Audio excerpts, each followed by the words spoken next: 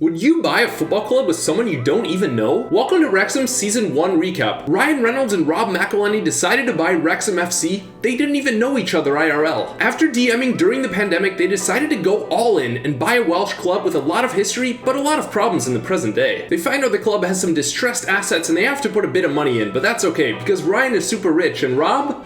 He has some cash too. Season 1 starts with Wrexham winding down the 2020-21 season. After a 1-1 draw against Dagenham and Redbridge that saw Wrexham go down to 10 men, an 8th place finish means no promotion playoffs. As a result, they got rid of manager Dean Keats and 10 players, including some of the local guys. Paul Rutherford got a red card that ended up being the final game of his Wrexham career. Big sad. We meet a lot of people from Wrexham and the club means everything to them. We learn about how terribly Wrexham's old owner treated the club and he was trying to sell the stadium to kill the club. The fans came up with £127,000 in one day to save Wrexham AFC. Then the fans owned the club through the Supporters Trust until Rob and Ryan took over. So, when I say that Reynolds and McElhenney bought Wrexham, they weren't just able to walk up to the stadium, pay £1.2 million and buy the club. They had to earn a 75% approval rating from the Wrexham AFC Supporters Trust to complete the purchase. After the vote, it's a 98.6% approval rating. The ownership of the club changes hands from the Supporters Trust to R.R. McReynolds Company LLC. They also had to buy the Racecourse Ground from Wrexham Glendower University for another £2 million.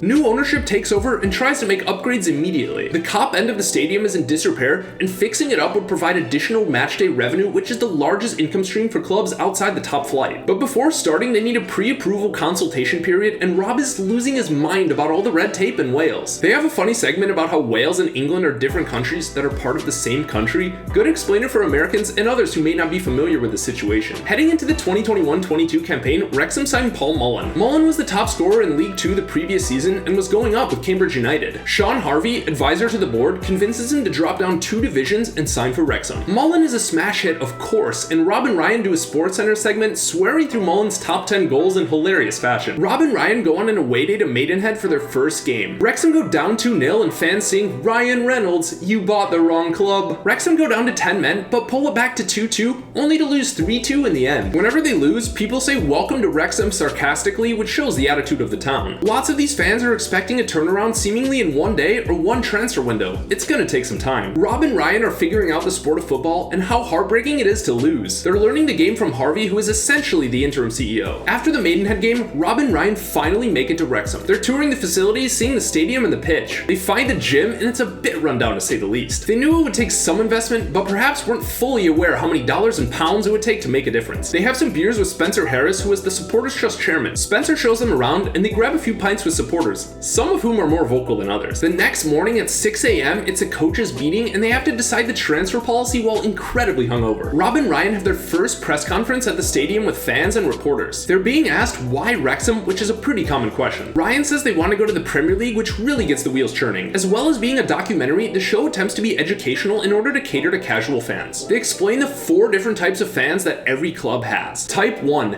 happy clappers. They cheer on the team regardless of how things are going on and off the pitch. Type 2, moaners. They find something to complain about even when things are going well. Type 3, passionate lads, who are vocal and give it their all, but do so without causing trouble. Type 4, hooligans. And every club has hooligans. The show goes into the negative side of supporter culture and a history of hooliganism across the UK and Europe. Johnny, one of the local lads, was part of the Wrexham frontline before being banned from football. His girlfriend Saskia lost a job opportunity as a detective because of his lawlessness. You gotta feel for her. Rob meets with the owner of the Philadelphia Eagles, Jeffrey Lurie. There's been a lot of tough conversations about sacking manager Phil Parkinson, which obviously seems like a rash decision. Rob's getting some insight from another pro sports owner of a team that really matters to him, which is pretty cool. The sack the manager conversation alludes to how rash fans can be. It was a huge coup to get Parkinson in the first place. Parkinson wants new signings, but Wrexham are already smashing the wage budget by about 50%. If they keep buying players, it will shatter the club's wage structure and won't be sustainable, which was a goal of the new ownership. Rob invites all of his friends from Philly to his pub to watch a Wrexham match. After setting a club record for scoring 11 goals in their last 2 away matches, Wrexham can't even score at home against Wealdstone. Wrexham goes on another winning run, but Rob is really ungrateful. Even though they're 8 games unbeaten, they had a scoreless draw in the game that all of his friends saw. Rob said it was a draw that felt like a loss, and the guys are trying to figure out which draws feel like wins and which draws feel like losses. Despite the unbeaten run, Wrexham still can't beat the big boys like Notts County. The January transfer window arrives and the ownership group is seriously debating changing their transfer policy. The decision is made to buy Ollie Palmer from Wimbledon in League One for a club record £300,000. Ollie Palmer is an instant success, he's on fire, Wrexham keep winning. Rob and Ryan narrate some of the highlights. I like it because you can tell how much fun they're having making the show. Cal the Dragon and Ash Freestyle are filming with the club. One of Ryan Reynolds' responsibilities is elevating the club through social media. They talk about Jordan Davies and his girlfriend's pregnancy. I like how they show the more human side of football in the show. The baby ends up being stillborn, and they use the power of community to get people involved and set up a charity in memory of Arthur. As a manager, you have to be capable of dealing with people, not just players or chess pieces. Aaron Hayden's family comes to the match, he scores, and it shows how important it is having family close by. They show some of the other staff like trainers, groundskeepers, and volunteer coordinators. It really emphasizes all of the people behind the scenes that make the club run on a day-to-day basis. One thing people might not be aware of is how players are playing hurt throughout the season. They show goalkeeper Rob Layton, who has a meniscus injury that's slight but stable. With 18 games remaining, it won't be operated on until the end of the season. It was some foreshadowing, as the very next game, Layton gets injured right after they were talking about his knee injury. But this injury has nothing to do with his knee. It's a dislocated wrist, which is one of the worst injuries for keepers and could be career-ending. Backup goalkeeper Christian Dibble comes in, and they address the abuse he received on social media. Dibble details how he was depressed and didn't want to come into work. Some fans don't realize it, but I think it's pretty obvious. If you're abusing your players, they are not going to get better, they're only going to get worse. Next game, Wrexham hosts Dover Athletic, who are the worst team in the league. Wrexham are up 2-0, the next thing they know, they're down 5-2. They pull it back to 5-4, and the commentator is screaming louder than a jet engine. Wrexham wins 6-5, 11-goal thriller at the Racecourse Ground. Humphrey fails his audition for Obi-Wan Kenobi, but they chuck in the Star Wars theme. Humphrey was so awkward when he was meeting the team, the players were trying so hard not to laugh. Humphrey is an executive director representing Rob and Ryan's interests at the club. Ryan reveals that he's been losing sleep at night because he's obsessed with growing things. Reynolds became a successful entrepreneur after starting out in acting. Now, he's trying to grow the club into something that sustains itself financially. Ryan visits again, I think he's making a commercial. The trainers are not happy because last time the TikTokers were in town, the team lost focus. Rob is doing a Michael Jordan Last Dance style reflection. One of the funny storylines of the series is how petty Rob is because everyone really loves Ryan. It's always Ryan Reynolds and the other guy. The way Paul Mullen looks at Ryan, it's just disgusting to Rob. Wrexham beat Stockport and climbed to the top of the table, setting up a dramatic end of the season. They keep cutting back to the mayor of Wrexham wearing this ridiculous and hilarious chain around his neck. But there will be no Hollywood ending to the season. Wrexham run out of momentum and lose 3-0 at Dagon Red. The Daggers daggered them. Once the news of Stockport's goal spread through the crowd, it felt like it was over. The fans were dejected and they gave some of that energy to the players who looked really lethargic. Stockport won anyway to lift the league title. Another chance for glory, Wrexham are off to Wembley for the FA Trophy final against Bromley. Jason Sudeikis is in the owner's box along with David Beckham. Will Ferrell is pretending to be the catering guy from Toyota. It's a close game and Ryan gets some insight from Bex. After Bromley score on 64 minutes, Rob comments that he still hasn't seen Wrexham win in person. Ryan laughs nervously and is like, haha, oh god, it's you're the bad luck. But there's also the celebrity curse. We're up here with effing Ted Lasso, he's not helping. There's an offside and Ryan mentions how he'll never understand the offside rule. More foreshadowing that will set up one of the most hilarious moments of the series. It's getting late and Wrexham are desperate, so they chuck another forward on. They think they've got an equalizer in the last minute. Rob and Ryan are going absolutely mental. The offside flag goes up and the guys are still going nuts for probably another minute. They have no idea that it's offside. Honestly, it was hilarious, but they're absolutely devastated. They probably still don't know what offside is. Obviously, they lose the final 1-0 to Bromley. Season 1, episode 17. This episode was really a commentary on men's relationships within sports. It talks about Rob and Ryan and how sports are an escape for men to have bromances. Women don't have a term for this, they're just called friends. They bring the families in. Rob talks about his moms and dad. To Ryan, playing sports was always about getting approval from his dad. Shaun Harvey is basically the brains behind this Wrexham operation. Harvey is the former EFL president who was running Bradford City at the age of 29 and helped take them to the Premier League. He's got a lot of experience, especially in England. It's 18 matches unbeaten at the Racecourse Ground. The previous record was 19. Wrexham hosts Grimsby in the National League playoff semi-final. Grimsby score first, but it's offside. Paul Mullen draws a penalty, then scores a penalty. 1-0 Wrexham after 13 minutes. But just 2 minutes minutes after the penalty, Grimsby equalized with a rocket from outside the area. Grimsby go up 2-1, a former Wrexham player scores. Ben Tozer equalizes, 2 minutes later Mullen scores and it's 3-2. 10 minutes later it's 3-3 because the Vanarama National League is absolutely bonkers. Grimsby score from a corner in the 70th minute and it's 4-3. Wrexham are really missing Aaron Hayden's presence on set pieces. Local lad Jordan Davies equalizes. It's 4-4 with 10 minutes to go. We head to extra time. Grimsby score in the 119th minute.